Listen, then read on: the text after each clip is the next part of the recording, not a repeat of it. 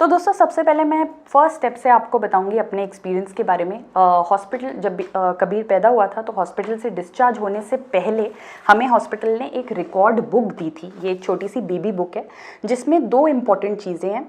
इस right side के page पे है लिस्ट उन सारी वैक्सीनेशंस की जो कबीर को बचपन से लेके 10 से 12 साल तक देनी है। क्लियरली बताया गया है कि कौन सी वैक्सीनेशन किस एज में लगेगी। और यहाँ पे एक और टेबल है जिसमें बताया जाता है कि जब ये वैक्सीनेशन लग जाती है तो बताया जाता है कि कौन सी डेट को दी गई है और अगली वैक्सीनेशन कब ड्यू है। ये बेसिकली दोस्तों क्या करता है, ये आपको एक रिकॉर्ड मेंटेन करने में हेल्प करता है, आपको भी और आपके डॉक्टर को भी। तो हर बार जब हम डॉक्टर के पास जाते हैं हम इसको लेके जाते हैं।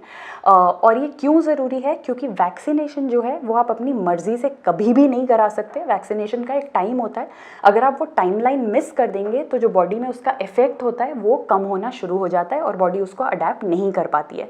तो ये बहुत ध्यान रखिए दोस्तों, वैक्सीनेशन टाइम पे होना सबसे ज़रूरी चीज़ है। इसीलिए अगर आपको ऐसा कोई चार्ट अपने हॉस्पिटल से या अपने डॉक्टर से नहीं मिला है तो आप अगली विजिट में ऐसा एक चार्ट या तो उनसे लीजिए या अपने आप एक नोटपैड लेके पूरा चार्ट बना लीजिए, जिससे आप इसे कभी मिस नहीं करेंगे। एज पेरेंट्स ये बहुत बहुत ज़रूरी है। ये आपके बच्चों की जो फाइटिंग पावर है बहुत मेजर डिसीज़ से, उसमें आपको हेल्प करेगा। हमें आधी से ज़्यादा बीमारियां होती ही इसलिए हैं क्योंकि हम टाइम पे उनकी वैक्सीनेशन नहीं लेते हैं। हम क्या करेंगे कि वीडियो के लास्ट में हम इसका एक चार्ट लगा देंगे ताकि आप में से जिन लोगों के पास ये चार्ट नहीं है वो आप इस वीडियो के थ्रू डाउनलोड कर सकते हैं या मतलब रख सकते हैं अपने पास, क्योंकि ये नॉर्मली सेम रहता है। तो ये तो थी राइट साइड की बात जिसमें सारी ज़रूरी वैक्सीनेशन है जिसको लगाना ही लगाना है।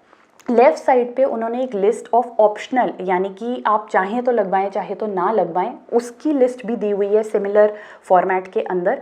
बट दोस्तों हमने आज तक, कबीर अब 9 महीने का होने वाला है, उसकी काफ़ी वैक्सीनेशंस हो चुकी हैं, हमने आज तक इसमें से भी कोई मिस नहीं किया है। और इसका मैं आपको रीज़न बताऊंगी। 2 रीज़न्स हैं। एक है कि जो इन्वायरमेंट है वो इतनी तेज़ी से चेंज हो रहा है, इतने नए नए वायरस आ रहे हैं, इतनी नई नई बीमारियाँ आ रही हैं। अगर आप देखेंगे ऐसी ऐसी चीज़ें आ रही हैं जो आपने कभी सुना भी नहीं होगा, या मतलब जैसे हमारे पेरेंट्स हैं उनके टाइम पे कभी होता भी नहीं था। तो हो क्या रहा है कि टाइम बदल रहा है, बीमारियां बदल रही हैं, वायरसेस बदल रहे हैं। इसी वजह से ये ऑप्शनल वैक्सीनेशंस रखी जाती हैं जो बच्चों के लिए ज़रूरी होती हैं ताकि उनको ये जो बीमारियां भी आजकल नई नई आती जा रही हैं वो भी ना लगें और उनका जो खतरा है इन बीमारियों से वो कम हो जाए। तो कोशिश करें, ये वैसे एक पर्सनल कॉल होती है क्योंकि इसमें भी पैसे खर्च होते हैं और हर किसी का अपना फाइनेंशियल होता है, बट कोशिश करें कि अगर आप कर सकें तो आप ऑप्शनल वैक्सीनेशन भी ज़रूर लगाएं। जो आज पैसे आप बचाएंगे वो कल अगर उसको बाई चांस खुदा ना खास्ता बीमारी हो जाती है तो आप वो बहुत रिपेंट करेंगे कि आपने ये क्यों बचा लिया, और डॉक्टर भी तब आपको ये बोलेंगे कि आपने उसकी वैक्सीन क्यों नहीं लगाई थी।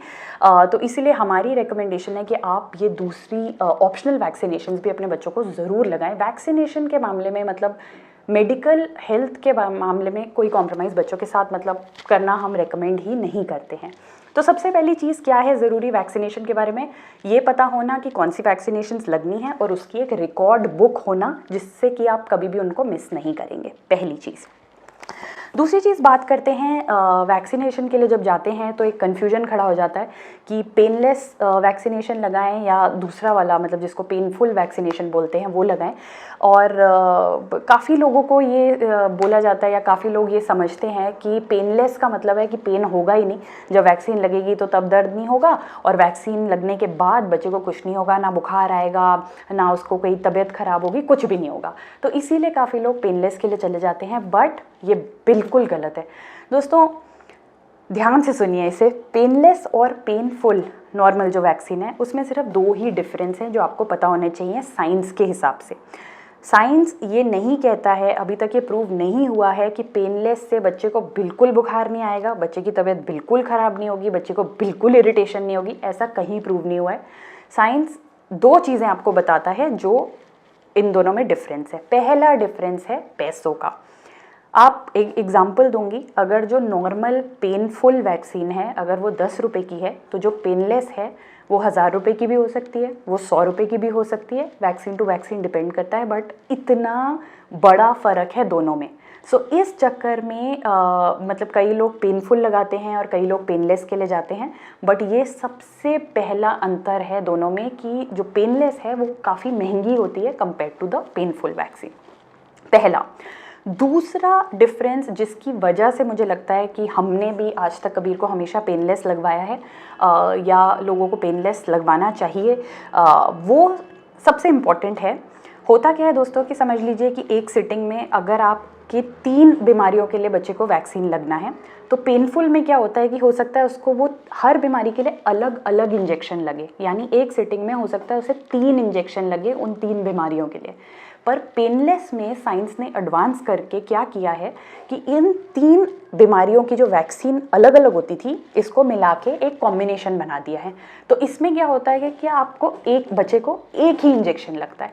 तो आप सोच सकते हैं कि एक वैक्सीन में अगर बच्चे को 3 इंजेक्शन लगने हैं और दूसरी तरफ उसको एक इंजेक्शन लगना है तो वो कितना बड़ा डिफरेंस हो सकता है बच्चे के लिए भी, क्योंकि वो आराम से लगवा लेगा, और आपके लिए भी, क्योंकि आप वो पूरा ट्रॉमा नहीं देखना चाहते हैं। इसी वजह से पेनलेस जो है वो काफ़ी महंगा होता है पेनफुल वैक्सीनेशन से। तो ये सबसे बड़ा फ़र्क है, और मुझे लगता है कि बच्चे को इतनी पेन के थ्रू ना देखने के लिए कि उसको इंजेक्शन पे इंजेक्शन लगे जा रहा है, इसीलिए मुझे लगता है कि काफ़ी पेरेंट्स जो हैं वो पेनलेस के लिए ऑप्ट करते हैं, पेनलेस के लिए जाते हैं। हमारे लिए आप मानेंगे मतलब फाइनेंशियल तो पीछे छोड़ दीजिए, वो तो बात की बात है। मेन जो रीज़न हमने पेनलेस आज तक अडॉप्ट किया है वो यही है कि उसमें कम इंजेक्शन लगते हैं वर्सेस पेनफुल के। तो दोस्तों ये दोनों में डिफरेंस है। अब बात करते हैं कि वैक्सीनेशन होने के बाद बच्चों को आप कैसे ध्यान रख सकते हैं, ये क्या उसकी मदद कर सकते हैं। तो जैसे कि मैंने आपको बताया, कहीं पे भी ये प्रूफ नहीं हुआ है कि पेनलेस में उसे बुखार नहीं होगा या उसको कुछ नहीं होगा। बिल्कुल कुछ भी हो सकता है, ये बच्चे टू बच्चे की बॉडी पे डिपेंड करता है। आप एज अ पेरेंट क्या कर सकते हैं ये भी मैं आपको बता दूं कि आप ज़्यादा कुछ नहीं कर सकते। ये बिल्कुल एक नेचुरल प्रोसेस है। बॉडी के अंदर एक वैक्सीन गई है, वो कुछ बॉडी उस पर रिएक्ट करेगी। आप उसको दवाइयों से ना भर दें, आप कुछ भी ना करें। ये सिंपल 4 चीज़ें बताऊंगी वो करें, जिससे कि आपको और आपके बच्चे को कुछ हद तक आराम मिल जाएगा। सबसे पहली चीज़, डॉक्टर्स एडवाइस करते हैं कि अगर बच्चे को 100 से ऊपर बुखार चढ़ता है या बच्चा इरिटेबल हो जाता है, क्रैंकी हो जाता है, रो रहा है, पेन हो रहा है उसे, तो बेबी क्रोसिन के ड्रॉप्स आते हैं। नॉर्मल क्रोसिन नहीं है, ये बच्चों की क्रोसिन ड्रॉप्स हैं। आप ये अपने बच्चे को दे दीजिए। इसके कितने ड्रॉप्स देने हैं ये आपको अपने डॉक्टर से पूछना है, क्योंकि एज वाइज ये चेंज होता रहता है।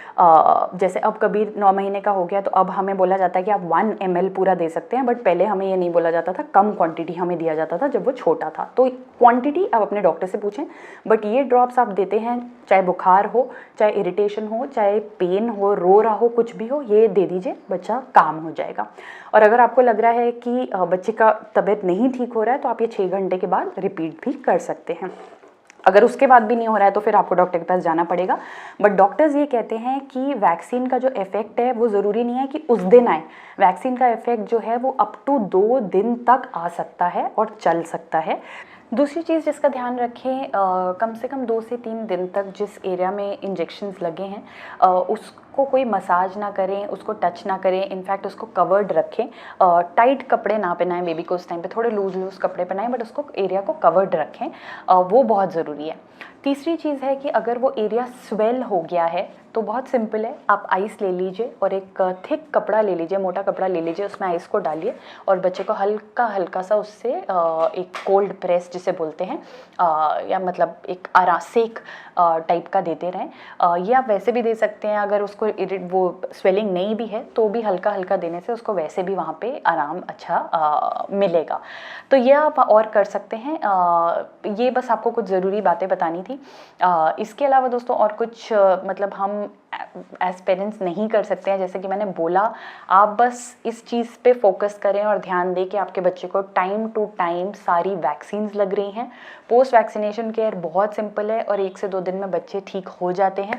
उनको एंगेज करें, उनका ध्यान बटाएं। छोटे से बच्चे हैं, इतना फटाफट एंगेज हो जाते हैं, फटाफट मस्ती करने लग जाते हैं, इधर उधर ध्यान उनका बढ़ जाता है। बहुत तबीयत खराब हो रही है तो डॉक्टर को दिखाइए। बट जहाँ तक मेरा एक्सपीरियंस रहा है, क्रोसिन के ड्रॉप्स हम कबीर को जनरली उस दिन रात को, हम मॉर्निंग में जाते थे उसकी वैक्सीनेशन के लिए, और रात के टाइम पे हम उसे वैसे भी क्रोसिन दे ही देते थे, क्योंकि हमें लगता भी था कि अगर रात के टाइम थोड़ी पेन आएगी या उठेगी तो वो आराम से कम सो जाए, तो 1 डोज दे देते थे। ये बिल्कुल सेफ़ है। बट फिर भी आप अपने डॉक्टर से बात करके इसको लिखवा लीजिए।